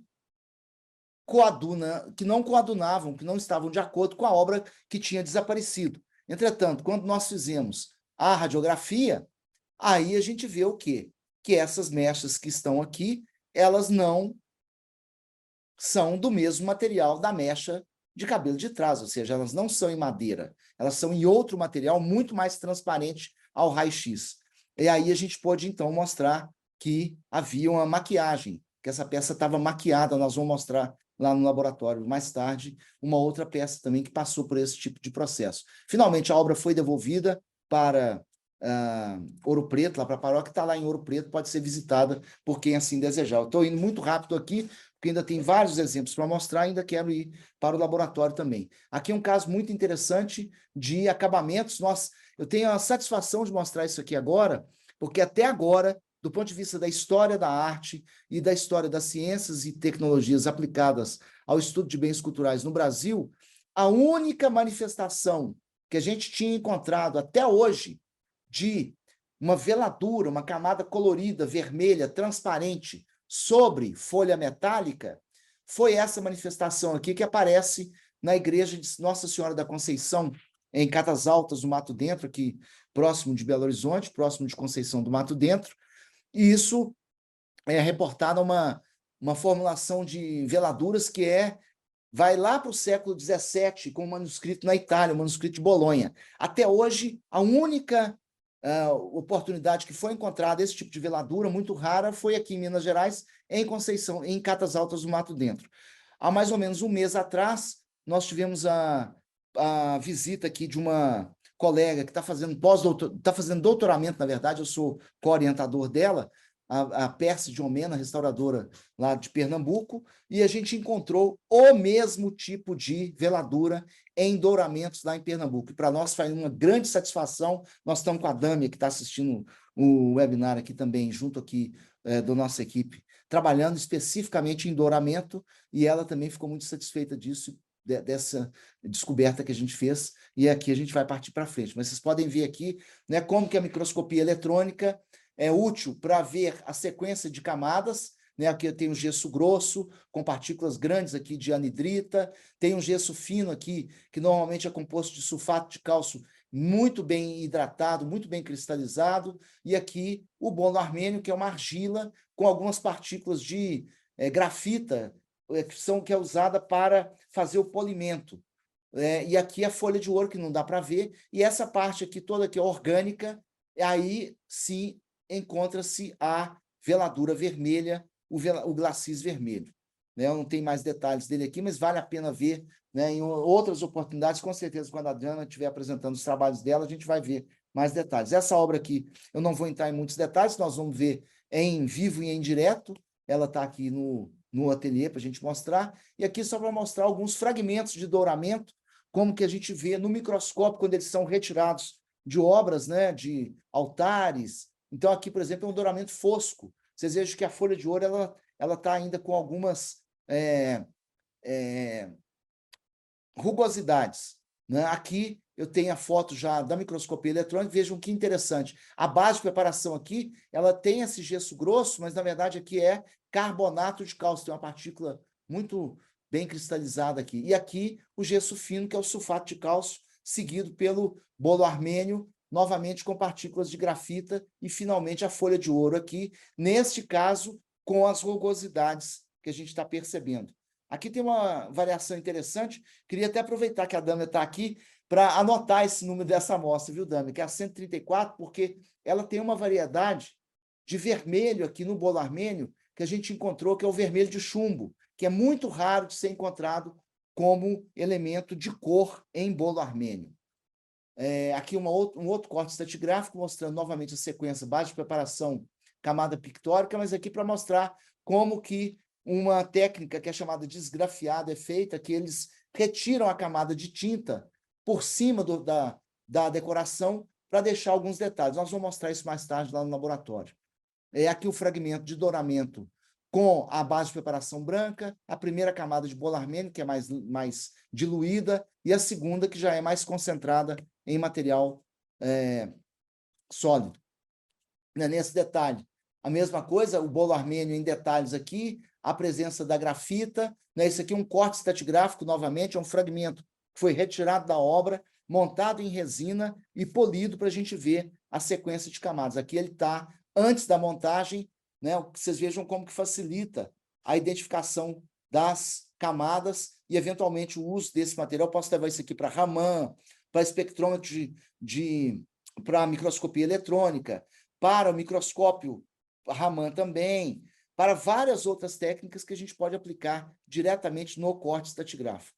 Né? Aqui o verso da amostra, eu falei que a gente tem sempre que documentar frente e verso da amostra, está aqui, né? Aqui um detalhe dessa amostra, mostrando, então, ó, base de preparação branca, bolo armênio, que é aquela argila que eu falei, aqui a presença dos grãos de grafita, mas uma visão frontal, e aqui, finalmente, a folha de ouro. Né? A gente tem muitas igrejas aqui em Minas, muitas obras que estão voltando para Minas Gerais, recuperadas aí pela ação das polícias, principalmente da Polícia Federal, da Polícia Civil, eventualmente da Polícia Militar também, de uma ação conjunta com o Ministério Público Estadual, o Ministério Público Federal, e agora a gente tem um problema. Por quê? Porque nós temos várias obras sem casa, né? Sem igreja. As obras voltaram porque tinha certeza que tinham sido roubadas, mas nós não sabemos de onde elas são. Como que nós vamos devolver? Então, é nessa perspectiva que o trabalho da Dâmia está sendo feito. Né? A gente pode ver aqui, né, que o ouro exportado pelo Brasil entre 1700 e 1820 no período aí de 1735 a 1751, nós exportamos para a Europa mais de 150 mil quilos, 150 toneladas de ouro, né? Uma média anual de quase 10 mil toneladas. O ouro do Brasil, em particular, da região de Ouro Preto, ele é diferente do ouro que tinha nas dinastias lá em Portugal, né? A primeira dinastia aí pegando ouro reciclado da cultura islâmica, né? No período aí da Idade Média. A segunda dinastia, os portugueses já pegando o ouro da África. Na terceira dinastia, ouro que veio da Colômbia e da África do Oeste. E, finalmente, o ouro que veio do Brasil. Mas esse ouro que veio do Brasil, aqui da região de Ouro Preto, a relação paládio-ouro dele é diferente. É por isso que ele é ouro preto. É um ouro palladiado. Então, na medida em que a gente possa encontrar paládio nestas folhas de ouro, nós vamos poder verificar que esse ouro vinha efetivamente aqui de Minas Gerais. Então, esse tipo de trabalho a gente está exportando nessa metodologia, utilizando para outros estudos nas camadas que compõem o douramento, né? Aqui tem vários mapeamentos que foram feitos para ouro, prata, cobre, alumínio, silício, cálcio, ferro, e aí esses elementos vão estar distribuídos aqui de acordo com as camadas, né, correspondentes, mas finalmente eu quero chegar num ponto que é interessante. Vocês vejam aqui, por exemplo, eu tenho um corte estratigráfico dessa amostra 0,35, na qual a gente tem aqui de novo a base de preparação, que é o chamado gesso grosso. Tem várias partículas aqui de anidrita, mas tem partículas aqui que são de sulfato de estrôncio, que é a celestita. Então, associado ao cálcio, né, na tabela periódica, eu tenho o estrôncio também. E a chance, né, a sorte de encontrarmos, então, misturado ao sulfato de cálcio, as partículas de sulfato de estrôncio, o que pode, então, indicar para nós, que é o trabalho que a Dâmia já está pronta para começar de laboratório, né, de verificar essa relação cálcio-estrôncio nas camadas de base de preparação dos nossos douramentos, de modo que a gente tenha perspectiva, então, de termos um mapeamento desses douramentos nas igrejas, pelo menos aqui em Minas Gerais, no início, e depois expandir isso aí para, pelo menos para Pernambuco, Bahia e outros estados que tenham acervos importantes que devam ser, então, marcados para poder a gente verificar a possibilidade de devolução para a sua devida origem. Né? A importância das análises científicas de bens culturais para a sociedade e para a justiça, evidentemente que é a produção da prova material, né? Mas a gente não pode esquecer que a gente tem também que ter esse acesso aos valores que são associados aos objetos, coleções e acervos, ou seja, nós não podemos ficar totalmente frios, né? Como, né? Até eu sinto muito de falar isso, mas tem muito médico hoje que é completamente frio e não acaba chegando no problema do paciente. Então, para vocês que estão aí, né, pensando em começar a trabalhar nessa área, é muito importante que vocês tenham em mente que, apesar de serem obras, né, não são pessoas, mas essas obras estão ou estavam ou já foram vinculadas a pessoas. E aí é muito importante a questão do respeito à diversidade cultural, do respeito à pluralidade, né, na cultura que a gente tem, para que a gente dê, então, o devido valor a esses trabalhos que a gente tem desenvolvido nessa área do patrimônio cultural. Não posso deixar de mencionar isso aqui. Eu vou passar rapidamente aqui por os estudos que nós fizemos de uma obra que foi atribuída ao Jean-Baptiste Debré, que foi encontrada em Portugal por uma historiadora da arte, uma marchand, na verdade, que encontrou essa obra num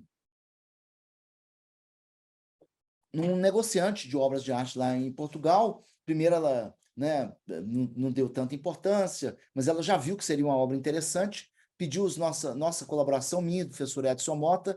Nós tiramos algumas amostras aqui muito singelas dessa obra. É o casamento de Dom Pedro com a sua noiva aqui, né, em particular, mas o que nós estamos interessados aqui são nas amostras que foram retiradas.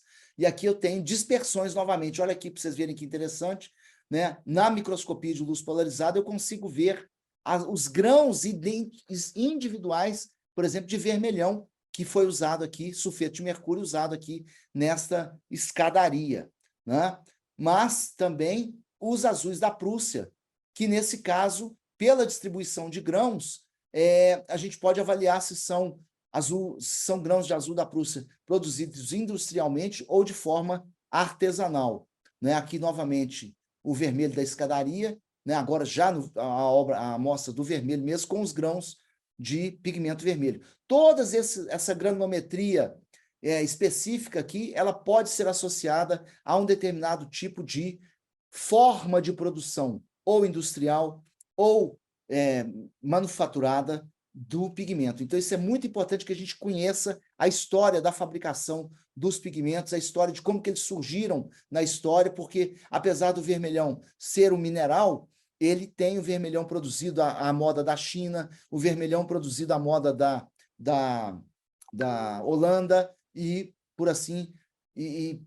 por comparação com os outros pigmentos também acontece a mesma coisa. O caso do branco de titânio, por exemplo, é interessantíssimo, que ele só aparece na história da arte no século XX, mas com várias formas de produção, inclusive com uso alternativo, inicialmente da forma anatásio e em seguida da forma rutilo, o que vai ter implicações aí do ponto de vista de conservação de obras de arte, mas também que vai gerar possíveis marcadores para nós. Aqui eu tenho cortes estratigráficos já da área do verde da escada, essa parte aqui verde, onde eu tenho, então, como essa obra já é mais século XVIII, ela já tem elementos químicos que são cores que são provenientes já da Revolução Industrial, como no caso aqui, o verde de cromo, que aparece aqui nessa camada verde, o que não seria o caso se essa pintura fosse anterior, à Revolução Industrial, ou então muito posterior, porque aí também a gente já vai ver outros pigmentos que seriam característicos da época. Nesse caso, todos os pigmentos bateram com a época, foram feitos vários estudos de história da arte, eu não tenho condições de entrar aqui, até a identificação dos próprios personagens, e a obra foi, então, adquirida primeiramente pela pessoa no Rio de Janeiro, e depois essa obra está adquirida pelo Itaú Cultural. Muito bem, vou passar rapidamente aqui por algumas fotografias, só para mostrar a força da documentação científica por imagem, através do uso de fontes diversas, seja luz visível, ultravioleta, infravermelho, radiografia X, de uma obra muito importante que a gente estudou, que é o Nicolas Poussin, que foi, então, estudado no MASP. Ele é de propriedade do MASP, e nosso grupo, então, com os equipamentos portáteis, nós saímos daqui de Belo Horizonte, fomos para São Paulo e fizemos esses trabalhos lá, de documentação, pesquisa e diagnóstico, contribuindo com o diagnóstico. Aqui a fotografia em luz visível, aqui a fotografia de fluorescência de ultravioleta, muito usada aí nas ciências forenses, para materiais orgânicos, para materiais inorgânicos, para documentos. Nesse caso aqui, a gente pode ver sinais de antigas intervenções, principalmente pela fluorescência do verniz. A fluorescência de ultravioleta é uma metodologia de análise totalmente superficial. Já o infravermelho ele penetra um pouquinho mais e a radiografia X vai atravessar a obra em função aí das condições de voltagem e de tempo de exposição que a gente vai utilizar. Essa semana mesmo, a semana passada, nós trabalhamos com várias radiografias aqui, e o próprio Marcos já esteve colaborando com a gente aí, inclusive nas condições nos parâmetros de exposição. Muito bem, aqui eu tenho a fotografia de ultravioleta em preto e branco, de fluorescência de ultravioleta em preto e branco, que é muito comum. Novamente, a fotografia de luz visível, fotografia de infravermelho. A professora Alessandra mostrou alguns detalhes, inclusive, que a gente poderia ver arrependimentos. Nesse caso, a pintura é muito grande, eu não vou entrar em detalhes aqui, mas a gente tem aqui a fotografia de infravermelho de falsa cor, na qual o canal azul é substituído pelo canal de infravermelho, e a gente pode ver o uso maciço aqui de azul, gerando imagens mais rosa, esse tom aqui para o uso azul, que indica o uso de lápis lazuli, que era um pigmento muito caro na época, mas como o Poussin tinha clientes muito bem situados economicamente, eles podiam se dar ao luxo de usar um pigmento tão caro para fazer essa obra, que está lá no MASP e pode ser observada agora. A radiografia X para nós foi um trabalho muito grande, a pintura tem mais de 3 metros, e aí a gente teve que levar equipamentos para São Paulo, processadora automática, escanear, tivemos que escanear, na época ainda era radiografia analógica, fizemos 73 chapas que foram todas escaneadas, depois foram juntas pela computação e aí a gente tem a imagem final, né? Essa obra aqui antes da restauração e aqui após a restauração. Com os estudos da gente, nós podemos, então, contribuir com a técnica, com os estudos e identificação dos materiais do Nicolas Poussin nessa obra em particular. Aqui está a equipe trabalhando lá no Rio de Janeiro, com um fundo aí de vista da Baía de Guanabara.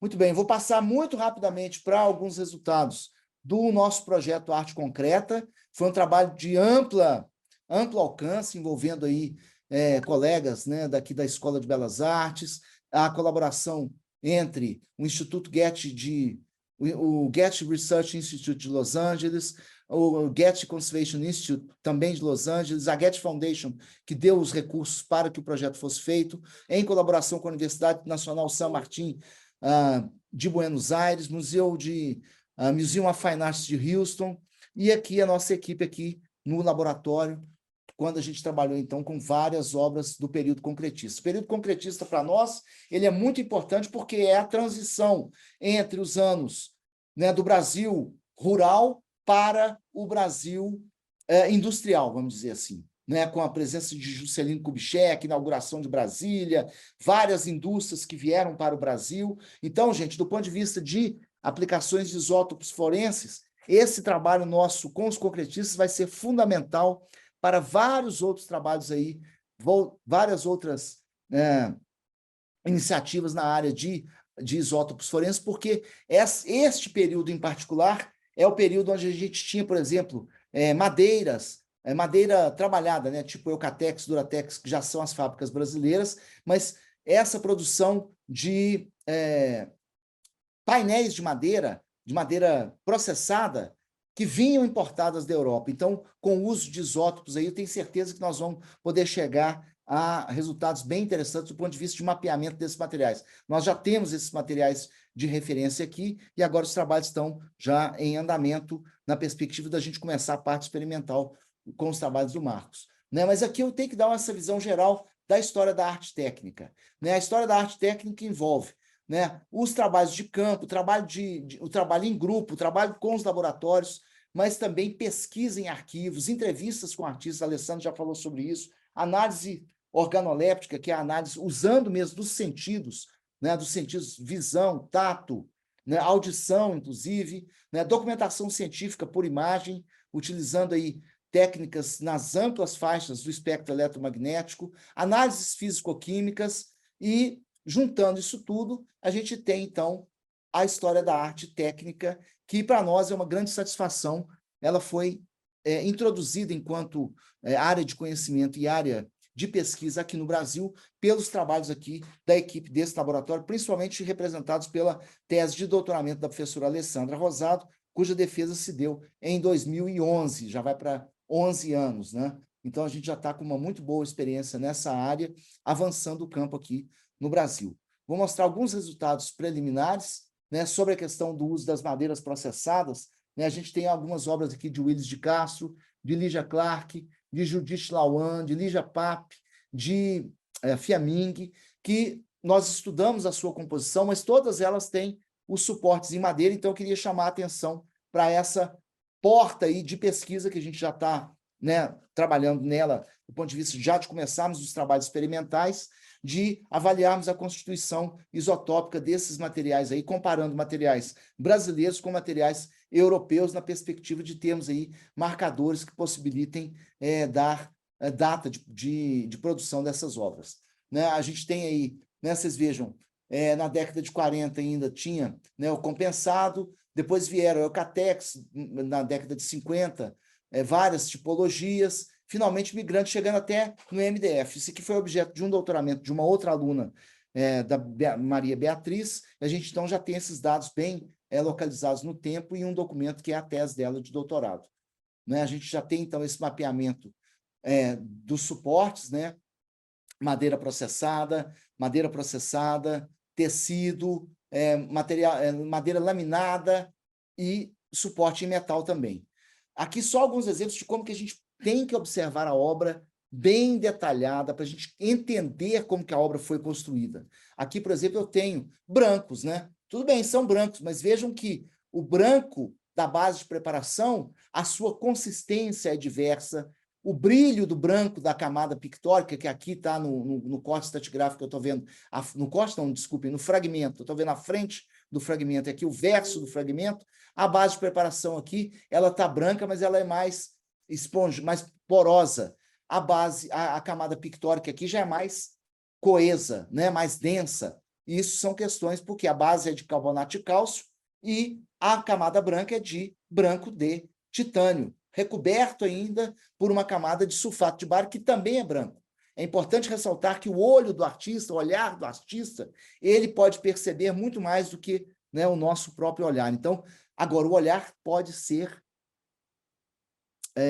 guiado, né? Nós temos que educar o nosso olhar para chegarmos a essas diferenciações. Mais detalhes aqui de construção, uso de compasso, eventualmente, para poder marcar esses lugares, uso de materiais para poder fazer o lixamento das superfícies, né? Marcas aqui que vão influenciar a nossa conclusão de como que essas tiras, né, teriam sido feitas, né? Mas aqui dá para ver que algum pincel teria sido passado aqui por dentro, mas que a parte externa foi desenhada, pode ter sido com o uso de, eventualmente, com fita ou com régua, e aí a professora Alessandra, a gente faz esses experimentos aqui para podermos chegar a alguma conclusão. Eu vou passar rapidamente aqui no Aloysio Carvão, mas por causa do tempo, essa obra aqui é muito interessante da gente ter um estudo mais avaliado, mais aprofundado da sua superfície, porque a gente encontrou que o Aloysio Carvão tem essa característica de ter, além da pincelada, uma pintura mais com alguns grumos, né? Aqui no caso de pigmentos brancos, aqui com a pintura verde, também com esses grãos mais avolumados. Aqui eu posso ver aqui na parte de a camada, tem uma camada anterior que é mais lisa, mas que foi recoberta com uma tinta com esses grãos, né, esses agrupamentos. E aí eu consegui, então, tirar um fragmentozinho e poder verificar isso aqui no microscópio óptico com luz ultravioleta. Então, eu estou vendo aqui a fluorescência dos pigmentos de sulfeto de zinco, aliás, de óxido de zinco, desculpem, o óxido de zinco ele dá uma fluorescência mais esverdeada assim, né? Estou vendo preto, vermelho, amarelo. E aí, quando eu faço a microscopia eletrônica, a microsonda eletrônica, eu vou ver que tem muitos elementos aqui, que até para mim está difícil de ler aqui, mas vocês vejam que eu tenho mapeamento aqui de cálcio, titânio, zinco, cádmio e vários outros elementos, potássio, até chegarmos na conclusão de que um grãozinho daquele tem isso tudo aqui, ó, de óxido de titânio, óxido de zinco, sulfato de bário, preto de carvão, cromato de chumbo, sulfeto de cádmio e por aí vai. Então, o artista tinha esse costume de misturar suas cores aí de uma forma que a professora Alessandra estudou e no nosso relatório ela consta que ele ia deixando os pincéis em vários potinhos e depois usava isso aí para poder fazer as pinturas. Então, chegava nesse ponto aí. Aqui a gente tem uma obra muito interessante que é do Hélio Oiticica, ela é toda vermelha, na frente, atrás, de lado, e quando a gente olha para os escritos do Hélio Oiticica, a gente vê que ele tinha, né, muita cultura, não somente visual, mas também tinha conhecimento de materiais, ele determinava como que ele queria as suas pinceladas, ele determinava qual tipo de cor que ele queria, e aí, quando a gente faz o corte estratigráfico, nós podemos ver essa sequência de camadas aqui, que mostra que ele pensou para fazer isso.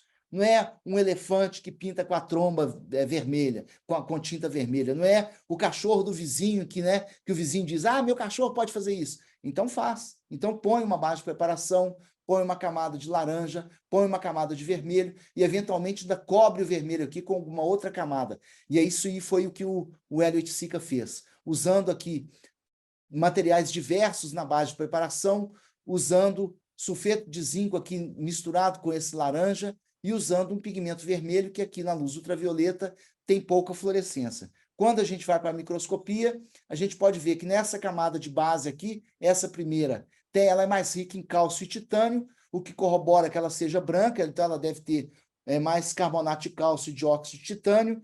Já essa outra camada aqui, ela tem, além de bário, zinco, enxofre, o que indica a presença de eventualmente de sulfato de bário e sulfeto de zinco, que é um pigmento que se chama litopônio, mas eu queria me concentrar aqui nessas superfícies alongadas e mais transparentes que estão aqui, que é material utilizado como matéria-prima para tintas.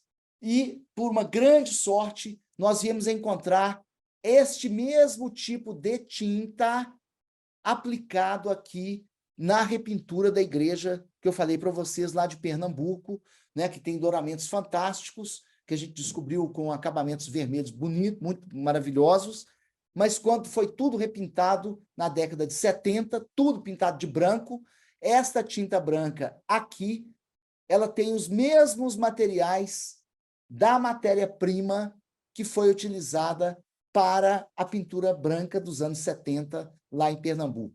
Ou seja, este material para nós aqui, este material argiloso, ele vai ser muito útil como marcador para que a gente possa associar a períodos de produção. Quando eu vou olhar mais em cima aqui, já com a microsonda eletrônica, eu vejo que tem a presença de chumbo, de enxofre, bário, titânio, cromo, né? Então, eu posso supor aqui a presença de cromato de chumbo, que é laranja, além, então, da presença desses outros elementos aqui.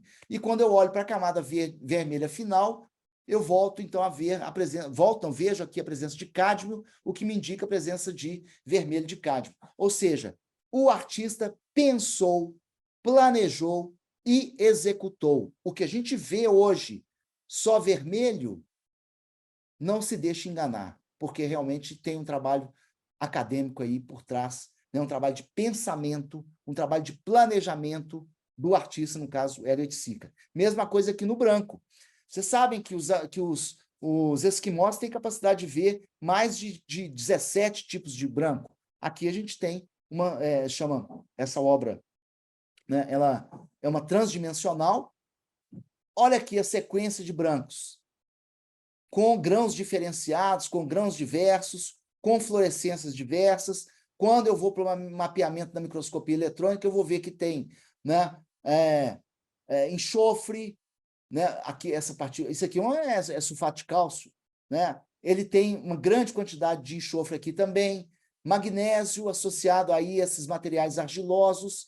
Já na camada mais de cima tem branco de titânio, né? Bário está aqui batendo com zinco e com enxofre, então ele deve ter aqui nessa camada o litopônio, que é sulfato de bário com sulfeto de zinco, e por aí vai, né? Eu não vou me deter muito aqui nas tintas, porque a gente tem uma variedade muito grande aqui de tintas sintéticas, acrílicas, alquídicas, automotiva, né? Isso aqui, quando você vai visitar um museu, você vê que os artistas concretistas são mencionados com o uso dessas tintas. Quando a gente vai fazer as análises, a gente verifica que, na verdade, né, são tintas alquídicas, tintas a óleo, tintas vinílicas, tintas à base de nitrocelulose e algumas que a gente não conseguiu identificar. Mas, e no caso ainda das tintas alquídicas, no caso das tintas a óleo, a gente conseguiu ainda ver a presença de breu, né, de pinos, de terpenos característicos de resina de pinos, cera misturada a tinta a óleo e, na verdade, aqui uma maior quantidade só de óleo sem esses aditivos. Então, a gente tem essa distribuição toda em função dos artistas, os nossos resultados estão bem tabulados, né, nos nossos relatórios, e a gente já tem algumas publicações já com resultados preliminares desses estudos. O mais importante desses trabalhos é exatamente essa porta que a gente está encontrando para entendermos os materiais, as técnicas utilizadas pelos nossos artistas concretistas, que estão sendo já muito falsificados, inclusive no mercado internacional, o preço deles está subindo, mas também de conhecermos em mais detalhes essa questão dessa interface no Brasil da indústria, né, migrando de produtos nacionais para produtos nacionais a partir da importação de outros produtos. Então, esse período aí para nós é muito importante e isso vai aparecer exatamente nesses estudos que a gente fez aqui. Eu vou passar rapidamente nessa tabela também. E, né, as conclusões foi que a gente tem, né, como brancos, várias camadas de pintura com uso intenso de dióxido de titânio, As camadas de baixa preparação também têm dióxido de titânio, óxido de zinco, mas também tem a presença aí dessas argilas, alumínio silicatos, carbonato de cálcio, dolomita e sulfato de magnésio. E, às vezes, com né, o encontro que a gente fez de litopônio como camada final. Né? O branco de chumbo que a gente esperava encontrar não foi encontrado em praticamente nenhuma das pinturas, e o dióxido de titânio foi o anatásio, o que a gente pode verificar pelo uso da espectroscopia Raman. E aqui, ainda mais, eu queria ressaltar novamente a presença dessas argilas, por quê? Porque a indústria de tintas atual, ela usa carbonato de cálcio precipitado, e essas argilas não mais são utilizadas. O que pode eventualmente acontecer é que os futuros falsários começam a usar esses materiais aí, misturados nas suas tintas, mas aí não vão enganar a gente não, porque a gente acha outras formas, outros marcadores aí, nessa brincadeira aí de gato e rato. Né? Nós temos o YouTube do LaCiCor. Se vocês colocarem só YouTube do LaCiCor, vocês vão encontrar várias apresentações sobre esses estudos, e está tudo disponível no site no YouTube do LaCiCor. Eu convido todos, então, a participarem. Deixa eu fazer uma consulta aqui aos colegas aqui para ver em questão de tempo como que a gente faz o prosseguimento. Só um minutinho. Universitários, começando aqui tá? Que aí depois nós vamos para lá, eu ainda gasto uma boa meia hora lá, hein? Tá bem? Beleza. Bom, é isso mesmo, viu, Maiden, que é consulta para ver como que está o tempo, mas está bem. Então, eu vou passar para vocês agora alguns estudos que foram orientados pela professora Alessandra, mas que, de qualquer maneira, são produção aqui do laboratório. Foi uma defesa de dissertação da Maria Tereza Dantas Moura, que atualmente está trabalhando no MASP, Museu de Arte de São Paulo. Ela estudou os Passos da Paixão de Portinari, aqui da Igrejinha da Pampulha. Eu tenho aqui, basicamente, só alguns resultados mais interessantes para mostrar para vocês. Né? A base de preparação ela foi caracterizada utilizando espectroscopia no infravermelho, por transformado de Fourier. A gente tem um equipamento aqui que está precisando de conserto agora, mas nós identificamos a presença de carbonato de cálcio e o uso de proteína, que é bem característico de Portinari. Mas aqui vocês podem ver como que a gente pode explorar as técnicas de uso de faixas espectrais diversas para caracterização de materiais. E aí leva para essa direção de que, eventualmente, se a gente aprofundar em determinadas técnicas de uso de radiações, a gente pode chegar a algumas conclusões sem a necessidade de retirada de amostras. Vocês vejam, aqui, por exemplo, eu tenho fotografia de luz visível, fotografia de luz ultravioleta, fotografia de luz visível, fotografia de luz ultravioleta, toda essa distribuição, tipo de um tom mais arroxeado aqui, são óxidos de titânio que estão, então, mapeados simplesmente através do uso da fotografia de fluorescência de ultravioleta. E por aí vai. Então, a Tereza fez alguns testes, e isso está publicado na dissertação dela, a dissertação já tá pronta, não sei se já está disponível na internet, mas ela já entregou a versão final, né? Então, se não estiver ainda disponível, em breve vai estar disponível. Mas aqui vocês podem ver, por exemplo, o uso da fotografia digital infravermelho em falsa cor, né? Que vai também gerar cores diversas para pigmentos diversos, o que vai ser explorado agora por um aluno orientado pela professora Clésia e pela professora Alessandra, com a nossa colaboração aqui do laboratório. É um aluno que vai ter um TCC de Química especificamente nessa área. Então, a gente, por essa colaboração, principalmente no caso com a Polícia Federal, nós estamos, então, abrindo outras portas de colaboração, inclusive aqui na própria UFMG, através do estreitamento de relações com colegas do Departamento de Química, Departamento de Física, Centro de Microscopia, por exemplo. Né? Nesse outro exemplo aqui, olha só como que o viridian, né, que é um pigmento de cromo, como que ele aparece na falsa cor de infravermelho.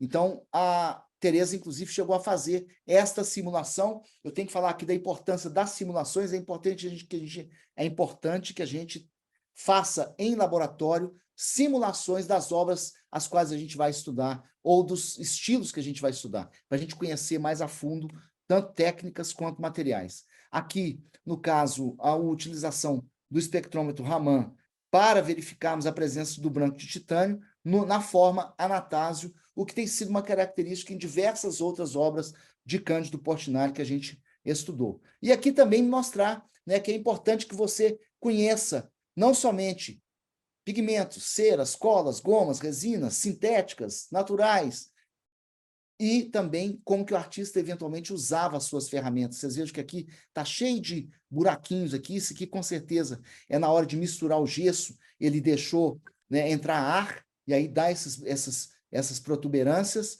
e aqui mostrando como que ele poderia ter usado a sua espátula ou alguma outra ferramenta para mudar a textura da tinta, né? Aqui a mesma coisa, o uso de pinceladas e de empaste da tinta através do uso da ponta do pincel. Esses detalhes todos vocês podem ver no trabalho da Tereza, orientado, então, pela professora Alessandra Rosado, e eu vou passar aqui agora, estou próximo de encerrar, né? Eu acho que a gente tem que trabalhar muito, já reforcei a questão dos inventários, né? A documentação científica por imagem ainda tem muitos caminhos que a gente pode avançar, o acesso e organização de bases de dados compartilhadas é fundamental, né? Não pode aí simplesmente começar a fazer uma coleção. A gente tem uma coleção aqui, nós temos uma coleção de amostras de obras de arte, fragmentos, que já tem 40 anos.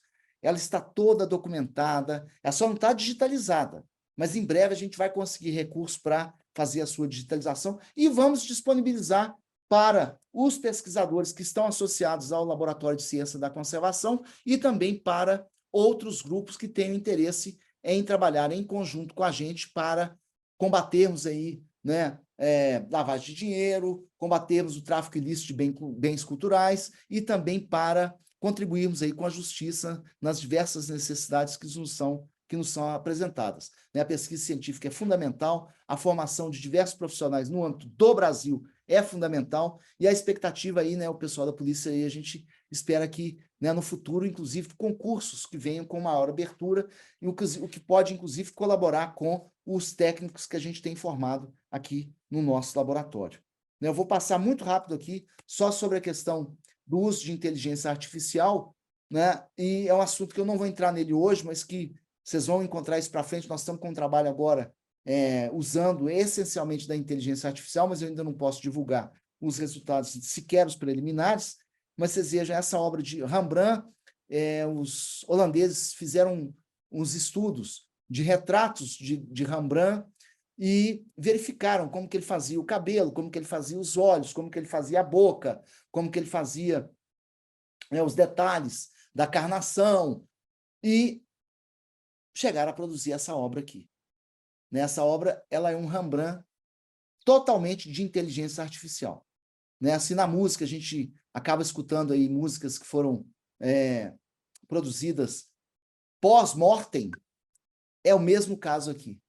Com base nas características de estilo de Rembrandt, para fazer olhos, nariz, boca, chapéu, cores, sombras, os computadores, os algoritmos chegaram neste Rembrandt aí. Então, vocês podem ver assim, como que as coisas vão caminhar mais para frente, né? Porque a gente tem um trabalho enorme aí, não somente de estudar os materiais, caracterizar os materiais, conhecer as técnicas analíticas, conhecer as técnicas de produção, mas também temos aí um trabalho de levantamento de informações junto, principalmente aí nesse caso específico, aos profissionais de tecnologia da informação, porque a coisa está caminhando em passos muito rápidos. Eu vou mostrar um penúltimo slide aqui, né, com o grupo original aí, né, o Fábio Salvador, a Carol, eu, a professora Alessandra e o Marcos, né, o Mairim que falou aí muito bem,